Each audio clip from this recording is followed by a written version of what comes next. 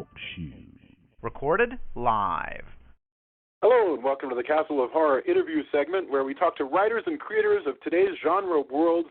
From Denver, Colorado, I'm your host, Jason Henderson, creator of the Alex Van Helsing novels. This week, we're talking to Casey Wolfe, creator of the Twilight Zone-like, that's what I call it, award-winning internet radio drama series, EARBUD Theater. And as soon as I'm done with your intro, you can tell me if that is how you would describe this show, because that was a lot of words I threw at it. Casey Wolfe is was development executive, producer with 14 years of experience in feature films, including development, production, acquisitions, deal negotiations, and marketing. All that stuff is not was. He was the director of development at Disney and worked with the Walt Disney Screenwriting Fellowship. And now one of the many things he's doing is this astonishing series on the internet called EARBUD Theater. So, which recently won something called the Audioverse Award. And I'm very excited to hear about what episode that was, and I think I know what episode that was. So first of all, Casey, did I describe, I've listened to EARBUD Theater several times, and there have been a number of episodes that I've really, really enjoyed. And one that I listened to that was called Habitat, I said was a lot like The Lonely from Twilight Zone. How do you describe EARBUD Theater? What is it? Well, you know, it's funny. There are absolutely worse things than to be compared to the Twilight Zone right. when it comes to things like this. How would I describe it? No, that's that would absolutely be the holy grail. In fact, a couple of guys that I brought a couple of people on board who are now working on EARBUD Theater. One who's a writer, Nick Turkettle, who had the show Habitat that you liked a lot. Another guy, Brandon Coluccio. And we are all talking about the fact that none of our episodes have an intro. And I think the reason for that is, like, I'm gun-shy because nothing can kind of top the Twilight Zone intro. Right. That's what we've been doing. But how would I describe it? I would describe it, I can tell you basically how it came to be, which might be a better way to describe it. Okay. Just like you said in the intro, I spent many, many years working at a movie studio, the purpose of which was to basically create content that served as a commercial for that studio and its products. Right. Now, for anybody who's creative, that puts a little bit of a compromise in the creative aspect of being creative. You know, it's much more about sales. And I wanted to have an arena that wouldn't be confined by any of that, where it was just, it is the vision that the creators have. There's no messing with it, and it's all original, you know, which is kind of a lost art in Hollywood. And so for a lot of people who are my age, I suppose, who got into this business, it was about seeing things at a young age, very early in life, that sort of blew your mind because you had never seen or experienced anything like them. You know, everybody points to Star Wars, and that's what it was. There just wasn't anything like that. Right. But now it's kind of, it all feels very familiar and very recycled. And, you know, a lot of people complain about, like, the sequelitis and reboot and all that. And so this was sort of an antidote to that. And a way, if I understand it, to take original material, like somebody has an interesting idea or a really vivid concept, and you can create it and produce it and make it into a story, and your only budget revolves around the editing and the acting and all that stuff. But you can in theory make almost anything. You mentioned Star Wars, which is very innovative. Did you listen to the Star Wars radio show? No, I haven't. You haven't listened to it? No. Well, I mean, I don't even know if anybody's played it again. But I remember in like 78 or around there, and I think they may have replayed it when Empire Strikes Back came out, which I was definitely paying attention at that point. There was a long Star Wars radio miniseries where they just blew it out to be, you know, many, many hours, and you know, it was a radio adaptation of Star Wars. This is really a lost art. You mentioned that you don't have an intro, so there's literally no intro. When you start a show, do you go into it, or does somebody say, "This is welcome to EARBUD Theater"? There's nothing. Nothing. It's just a cold open, which I know has to be remedied, but we're going to. Well, no, it's not a complaint. I thought it was. I mean, that's definitely that's novel, because you're right. You know, with Twilight Zone there was always that, but if you think of like what this show reminds me of a lot, and the reason why I've gravitated towards it is because I'm a huge fan of CBS Radio Mystery Theater, which ran it was already out of its time. It ran from like 1974 to 1982, and that did have an intro. E.G. Marshall, who you might know from like, I don't know, Chicago Hope and stuff like that, would come on and go, hello, welcome, come in. This is the, and he'd give a brief intro and then off they would go. Yeah. But, I'm really into those things. My daughter and I were just driving back from a ski resort this weekend, and we were like, hey, let's listen to a CBS Radio Mystery Theater. But did you listen to that stuff when you were a kid? I mean, I can only imagine you did to find yourself doing this. And where does this fit into that long tradition? Yeah, definitely. You mentioned that you gravitated, or you heard the Star Wars radio show, the one that got me. Well, there were two actually, but Hitchhiker's Guide to the Galaxy. Oh yeah, BBC version of that it just like killed me. No, it's hilarious. It really was hilarious. Did they do that before they did the TV miniseries, or was it just? I don't know, because I don't know if we got the TV miniseries when the TV miniseries came out. I got the feeling that all that stuff was sort of like delayed and put on PBS eventually. Well, BBC still does stuff like that. They did a killer Salem's Lot, like just a few years ago. Oh, nice. And an absolutely killer. Well, I haven't listened to The Exorcist, but it's supposed to be truly amazing. But the Salem's Lot miniseries was great. It lasted like 3 nights. So there are people across the pond who are doing this stuff. But go ahead. You were talking about radio in the UK is still really, really big right now. Well, it's taxpayer supported, so there's like everything is done differently over there. No, but I got to believe like the deep root of this goes for me like car trips with my parents, right? Which were always boring, and my dad would always try to find those the radio shows, probably the exactly what you're talking about. Yeah. And he found one called The Naked Jungle, which had Charlton Heston in it, which is about Heston, who has just purchased an American bride. He lives in the jungle on a plantation in South America. Awesome. And his purchased bride shows up, and the situation is tense, but it gets even more tense when killer ants attack the plantation. And so you got the sound of like killer ants, and it's got all the Heston swagger.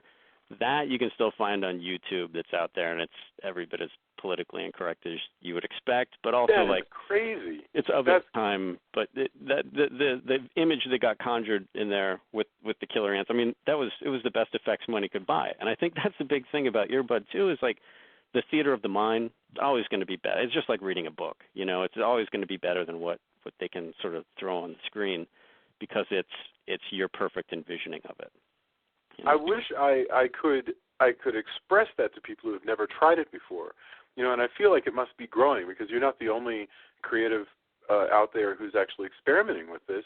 But it's so abundantly clear to me. I have, I hear, kids will never go into it, but I have 2 children, 2 girls. Both of them love listening to radio drama. Both of them love listening to radio sitcoms, which used to be a thing. I agree. In fact, I think if anything, it's the lo-fi of it that's sort of appealing. Yeah. Back east this summer, on a rainy day, we played a few for my son and a bunch of his cousins. And it was great. Like one of them actually got so scared that he made us turn it off. I thought it was fantastic. So it still is effective. And there are people out there on our end of it. There's a site you got to check out called Campfire Radio Theater. They're really good.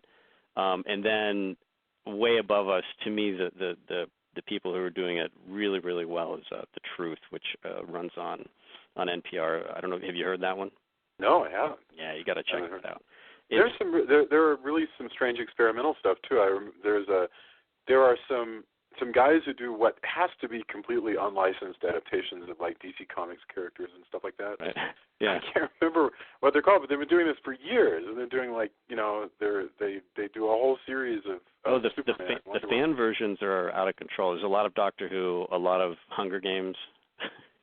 The Doctor Who are official. Those things are licensed, and they've been doing.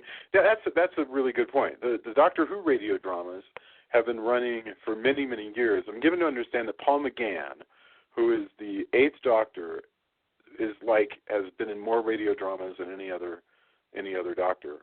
This is the guy who only appeared once, which was to say in the American TV movie of Doctor Who. But so they have that. But again, that's British. Mm-hmm. You know, and so I have no idea. It's almost as though, just as the Japanese have a different understanding of comics and manga, you know, and it's part of their culture in a different way from how it is here. Maybe the British are more at home with radio. I don't know. I have no idea why. But so tell me about, like, how did you wind up? I understand now the why, that there's this you can do any crazy idea that may not have gotten past your own development office Mm-hmm. at Disney. Mm-hmm. But, you know, how did it actually happen? I mean, how did you wake up one day? I mean, because I run a podcast, and it's as simple as doing, you know, hey, we all are going to be recorded. But it's not the same thing as a script and actors and editing and all that stuff that goes into creating a show. Well, it was, you know, you want to be creative, and hope, if you're lucky, try to make a living being creative. I've been fortunate to be in the business that I've been in, a business which has changed dramatically. So that creative aspect is less and less valued, I think, at a certain point. In other words, like, well, you don't write a spec screenplay and sell it anymore. So that doesn't happen anymore? The whole notion of it does, but it's certainly not what it used to be. Right. So the whole notion of creating intellectual property is on the table, and you know, they won't look at your screenplay, but they'll look at your comic book. They'll look at your novel, as you know. You know, right. And so in thinking about that, it was like, well, I want to tell these stories, but I can't afford a comic book artist, and I don't have that skill set. Novel takes a tremendous amount of time. How can I get the idea of a story out there relatively quickly and in an entertaining way? And I don't know exactly how it clicked. I think podcasting, you know, it sort of had a little wave back in 2009, 10, and now there's all sorts of articles being written about the resurgence of podcasting. Yeah. But that was it. I'm like, well, you know, all you really need is like a laptop, microphone, maybe a little higher end microphone to get the quality that you want. And there are actors in this town, so you know you can actors who, by the way, want material for their voice reel, because that's not a bad thing for them. Oh, interesting. And so that it kind of turned into that, and now it definitely feels very, not to get sappy about it, but there's a real community that's, like, especially with EARBUD, it's built up, and the people who are participating in this are all fantastic, like from the actors to the post people to people who are helping produce these things. You know, like Nick Turkettle, who's done some of these, the more recent ones that have sort of shifted, like taken the game up, I think, for EARBUD. You know, Brandon Coluccio is bringing some great people in. It's snowballing. And so you did an adaptation. I don't know who wrote the adaptation, but you did a Neil Gaiman story. Yeah, I did that. What was it called? You wrote this? I adapted it. I knew Neil from working at Disney, and I asked him if he'd be willing to write one of these. He said he was busy, and I think I get that. Right. But that I could adapt one of his short stories. And so I read all his short stories. Well, I already had, but this was the one that felt to me most translatable to audio. Yeah. Because it's sort of like, you know, you enter a pub and there are two very strange people who are talking back and forth and messing with this American kid. So I adapted that, which was very difficult. It's Neil Gaiman, so it's never going to be kind of up to absolutely up to snuff. But I was sort of proud of that one. I thought it was wonderful. And who's the actor that you got to do it, that had that? Jake Borelli was the kid. Simon Verlack and Reese Pugh were the two pub members who did that, and we got Cthulhu to play himself. Which is nice. Fantastic. I did, and I actually did listen to Shift, which is one that you wrote, which with the patient who's trying to convince his psychiatrist that he can do something called shifting. And what I love about these is this. I don't know, the pacing on them is really wonderful. There's that, you know, if you listen to you know, one of the old school radio shows, which are still, again, I listen to them, I find them really entertaining, but they have a certain pacing that is of a kind with that time, you know, and they'll take commercial breaks and stuff. You're freed on the internet. You don't have to worry about a commercial break. The episode can be as long as you want it to be. And so it feels more it feels more like a short film or something like that. You know, and also, as you said, currently you've made this choice not to have an intro, so it's just a story. It's just a thing that hangs suspended, and you join these characters for a little while. You know, I'm really amazed. Okay, let me ask you a question about writing for the radio, because you've written several of the episodes of this, and you're also producing the entire show. So, what are the biggest challenges that writers have in writing for radio? I mean, like, you know, do you find that they want to overdo, like, the descriptions of what the character is doing? Like, well, if I just put the phone over here on the edge of the desk, that way I'll be able to get to, or whatever, you know, this sort of constant narration. Right. Or do they not do enough of that stuff? What's the toughness? I had some rules just for myself, because again, it started off, you know, fairly small, not a lot of people working together. So I just had set up these rules. Like, one, I don't want the narrator, because I listened to a few of these, and so many people start with the private eye talking to himself, you know, about the night. And I thought, well, I don't want to do that. I want to. The challenge here is to, through the action, just have the reader start to intuit what's going on and where people are. And you know, it's so you definitely have to think of soundscape. I've fallen into a little bit of a repetitiveness with some of mine that I've been vocal about with some of my partners, like, where it's definitely verse, chorus, verse, which is like set up and then and a little ramp up, and we end with a noisy sting and then a thud, and that's sort of been, I'm looking to undo that, which has been another creative challenge. But what you also pointed out is that, and this is a tenet of like classic radio too, like, Bob, he's coming up the stairs. He's getting closer. Like, you have to kind of do that without doing it. You know, it's yeah, you're not going to fundamentally get rid of that, right? Because you still have only people's ears. You know, I guess what we're saying is you have to just be more sophisticated about it now, because people might be less forgiving because they're less familiar with the tropes of the genre.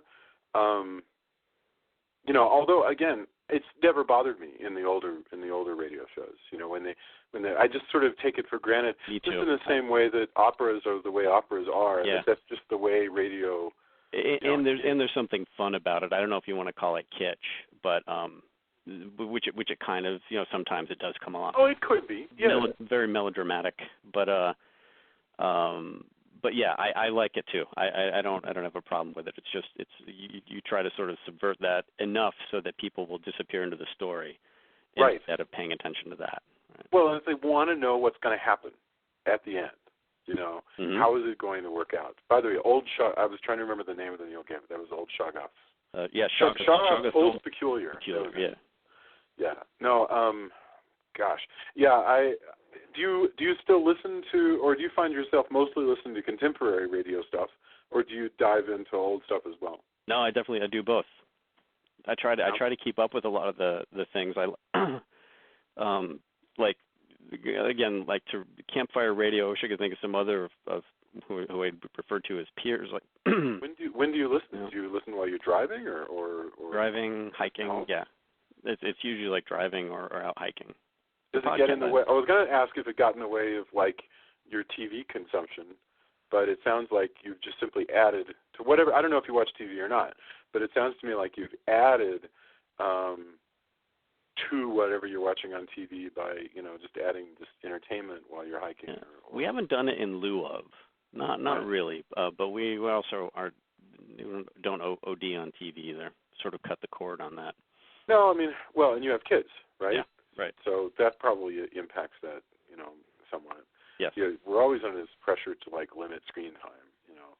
And somehow I've carved out an exception. They can listen to radio dramas all they want. Maybe I'll start to do that too. Oh yeah. Oh, you know what you need to discover, and I don't want to, but first of all, like we said, CBS Radio Mystery Theater. There's like 1,000 episodes of that thing.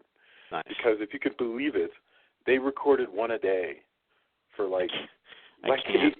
I can't. It's amazing. It's like the workhorse ethic. You know, that's just. We were talking before about, you know, Rod Serling, right? Oh yeah, absolutely. Turned out the highest quality stuff in the shortest amount of time. And he's having to churn out. That's what's, people will get like snarky and they'll go, this particular script by Serling wasn't very good. That particular episode wasn't up to snuff. But good Christ, right. This guy's churning out like, 25, 26 scripts a year.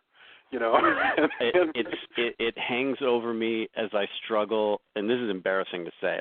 We're recording the Christmas episode day after tomorrow.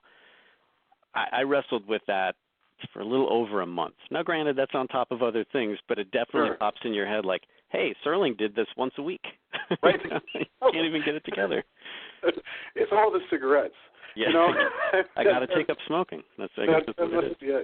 Maybe you could just be like sucking on Nicorette lozenges, and it will give you Serling-esque superpowers. Right. And you did the Halloween episode, right? Yes. We did. Well, there were two. I did one, and Nick did one. I haven't listened to either of the Halloween episodes yet. Yeah. And I apologize for that. No worries. I get it. It takes time. Yeah. It's so funny because that's what I wish that I could convey to people is that, we as consumers have only so much time that we are not working and that we're, whatever. And, the media, consuming media is one of the major things that we do. And people would find it so enthralling and so rewarding if they spent time listening to audio dramas on the internet and podcasts, which I know are getting more and more popular, but it's a hard sell, to tell people to put down the Kardashians. Yeah, I know. It's true, and it's not for everybody either. But I don't know that Kardashian clan would particularly want to do this. Audience, that's possible. It might be that there's a huge enough audience that is just seeking something a little more enjoyable and a little more, artisanal. Than that. Yeah. I agree. Yeah. Last question, because I know I've had you on for a while. Take me through the creation of an episode. Like, how long does it take, and when you finally, from writing it to you gather the actors together, are they calling in remotely, or are they all in a room around a bunch of unidirectional microphones, or what's? Yeah, we've done it. We do have access to like a top quality studio, which is great. And so we can run a couple people through there at a time. This one we're doing Thursday, it's going to be practically live and in a different location. There's just a lot of people involved. It's the first time we've ever attempted something kind of this big. But the process takes, let's just say a month for writing. Yeah. Recruiting, and during that time, you're trying to think of who you want to cast, and you're asking favors of people, hey, can you come spend a couple hours? And so far people have been super gracious, actually, because it's also very fun. So I think that's part of like, hey, why not? And then when you get there, it really is kind of entertaining. 3 to 4 hours. Maybe we've gone a little over 4 hours on Habitat in terms of the recording time, because that one was probably our longest episode to date, I think. Yeah. And then the editing is a bear, because it takes a long time to create the soundscapes, which are getting more and more sophisticated with each episode. Soundscapes, you're talking about entering the sound effects and stuff like that. Right. Like when you listen to the sounds below, you're going to hear like a really wonderfully woven soundscape beneath this story. Sounds Below is the new episode that showed and up. Even over Halloween, which I had done, there's a character called the Buzzbee, sort of a little imp type character. Okay, yeah. October 28th was the Sounds Below, and literally it's called Over Halloween. Right. October 16th was yeah. And it took I'm going to say like 3 weeks of editing that. Maybe you put all of those afterwards. What's interesting is you're doing so much, and maybe do you think this has to do with your background in Hollywood, that you're doing all this post-production? Because if you think of like, I don't know, Garrison Keillor, they're putting in Guy Noir's footsteps and door knocking. Yeah, they do the live Foley. I think in 2015 we're probably going to do that. I think we want to have, like, we've been talking about doing a live performance, recording one live, and having the Foley guy there, which is always kind of amusing and interesting to watch. We haven't done that yet, Yeah, like, absolutely. There are plenty of sites out there that help with Foley or sound effects. That share their effects. Freesound.org is one, Mm-hmm. or we'll make our own. Which is also kind of really fun. So you record. You spend about 3 weeks doing the post. Yep. Then you've got a final MP3, I presume, that you recorded it all out to. Yes. Which you put on the website. Do you use iTunes as well? I mean, how else do you publish the podcast? We're on iTunes, and it's directly at the site. Just those two so far. Very cool. Wow. So do you hear from fans a lot? Do they write to you and let you know what they think? Yes, they do, and it's always really cool when a complete stranger tells you that they like your stuff. I don't know why. That validates. I don't care. Like, my wife has said it's a really good job. I'm like, oh, thanks. But then when a stranger says it, I don't know why. It just feels. Well, it's like your wife is supposed to like you. I guess that's it. Yeah. It's secretly kind we of know expected. that, right? Yeah. Right. No, I have exactly that. I'm like, she's like, oh, this is good. I'm like, I know, but you're supposed to say that. So it's, whereas this is a stranger. Right. they don't owe me anything. No, I mean, like Minnesota, it's crazy. There's a radio station in Minnesota that reached out of the blue and said, hey, do you mind if we broadcast Clang on our Sunday night? You're kidding. Oh, my God, that's fantastic. Yeah. And that's really cool. Yeah, it was super neat. And I think there's somebody from the UK had reached out as well, although they don't have a prominent online space. I think they just put a few of our episodes on the radio there as well. Oh, so, wow. Yeah, it's always very cool. That is really cool. You got some really great reviews. I'm really pleased to see what you're doing. Well, Casey, I really appreciate you spending time with us and telling us about EARBUD Theater. What's the URL for EARBUD? Just EARBUDtheater.com, and that's with theater. EARBUDtheater.com, and that's where you can find the podcast and also links to the blog.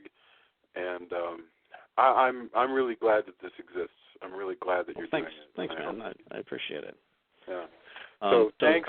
Are you getting ready right now to do the Texas Chainsaw? Is that what? We are. Actually, we recorded Texas Chainsaw Massacre last night. Oh, okay. So both of those episodes go up this week. So this is our interview segment, and Texas Chainsaw Massacre discussion went up this week, and we're being hosted now on bleedingcool.com. Cool. But also just directly on. We do it through iTunes. We didn't even bother to have a site, to be perfectly honest with you. We have a Facebook page. I subscribe to you through iTunes, so I'm keen to hear the Texas Chainsaw. Right. Well, conversation. that is available to you as we speak. This Good. week's experience is Texas Chainsaw Massacre and EARBUD Theater. Right on. That's a good combination, man. Yes. Well, fantastic. Thank you again so much, and I'll put the link out there, and I can't wait to hear your latest episodes. Thanks, Jason. I really appreciate it. All right, I'll talk to you. Bye.